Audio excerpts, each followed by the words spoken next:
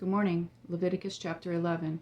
The Lord spoke to Moses and Aaron, "Tell the Israelites you may eat all these kind of land animals. You may eat any animal with divided hooves and that chews the cud, but among the ones that chew the cud or have divided hooves, you are not to eat these. Camels, though they chew the cud, do not have divided hooves, they are unclean for you.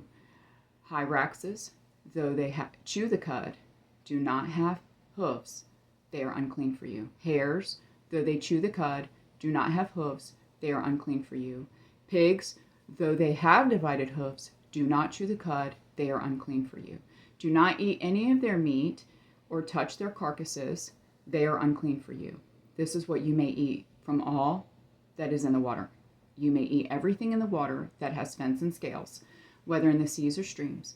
But these are to be abhorrent to you, everything in the seas or streams that does not have fins and scales, among all the swarming things and other living creatures in the water.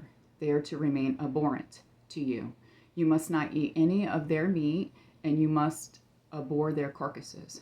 Everything in the water that does not have fins and scales will be abhorrent to you. You are to abhor these birds. They must not be eaten because they are abhorrent. Eagles, bearded vultures, Egyptian vultures, kites, any kind of falcon, any kind of raven, ostriches, short-eared owls, gulls, any kind of hawk, little owls, cormorants, long-eared owls, barn owls, eagle owls, ospreys, storks, any kind of heron, hoopoes, and bats. All winged insects that walk on all fours are to be abhorrent to you. But you may eat these kind of all the winged insects that walk on all fours. Those that have jointed legs above their feet for hopping on the ground, you may eat these. Any kind of locust, katydid, cricket, and grasshopper. All other winged insects that have 4 feet are to be abhorrent to you. These will make you unclean. Whoever touches their carcasses will be unclean until evening. And whoever carries any of their carcasses is to wash his clothes and will be unclean until evening. All animals that have hooves but do not have a divided hoof, and do not chew the cud, are unclean for you. Whoever touches them becomes unclean. All the 4-footed animals that walk on their paws are unclean for you. Whoever touches their carcasses will be unclean until evening, and anyone who carries their carcasses is to wash his clothes, and will be unclean until evening. They are unclean for you. These creatures that swarm on the ground are unclean for you. Weasels, mice, any kind of large lizard, geckos, monitor lizards, common lizards, skinks, and chameleons. These are unclean for you among all the swarming creatures. Whoever touches them, when they are dead, will be unclean until evening. When any one of them dies and falls on anything, it becomes unclean. Any items of wood, clothing, leather, sackcloth, or any implement used for work, it is to be rinsed with water and will remain unclean until evening. Then it will be clean. If any of them falls into any clay pot, everything in it will become unclean. You are to break it.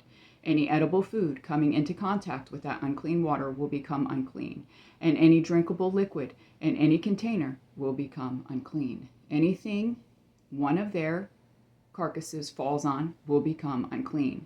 If it is an oven or stove, it is to be smashed. It is unclean and will remain unclean for you.